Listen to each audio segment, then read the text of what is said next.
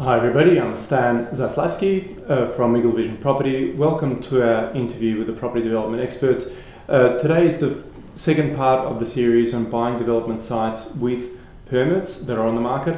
And look, right now the market is really hot. There's lots of things around. A lot of developers, rather than proceeding to build, are putting their sites straight on the market with the permits and selling them. So we wanted to talk about how to review and assess them, and today's session will be all about the back of Matchbox. So the first stage, I guess, of that assessment. So Peter, how would you start to look at development sites like that? Well, to give an example, looking at projects with planning permits, for instance, they've got the permit in place. What I see is sometimes the real estate agent would say, look, we've got a permit for so many, it's this, that and the other, the location's here. So what I normally do is try to obtain the planning permits and also the plans, okay?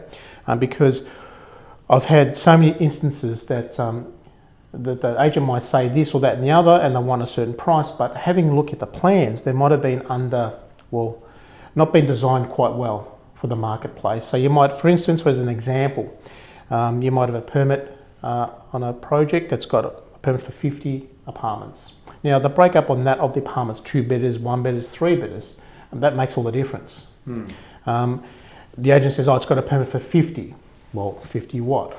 You know, big questions are most important. Yeah. So rather than listening to the agent, I usually get the plan to do my own assessment.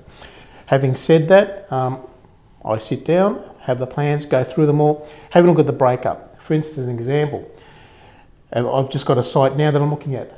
It's got a permit for 53. The breakup is 24 1-bedders and the balance is 2-bedders. Now, this site doesn't seem to work quite well for the price they're asking. However, you are able to go back and amend these plans and take down the yield or make a big difference. As an example, this development has a 2-level basement parking, okay? My idea would be to take 1 level out, reducing the construction costs and changing the yield from 53 down to about 42, but having all 2-bedders or maybe just a few 1-bedders left. And this will be easily done without changing the outside, the envelopes as such, of the building. So you'll be able to go back to council having justified the yield coming down, it's not going up, you're not changing anything outside and you're reducing the car parking because of the yield. All of a sudden changes the whole thing.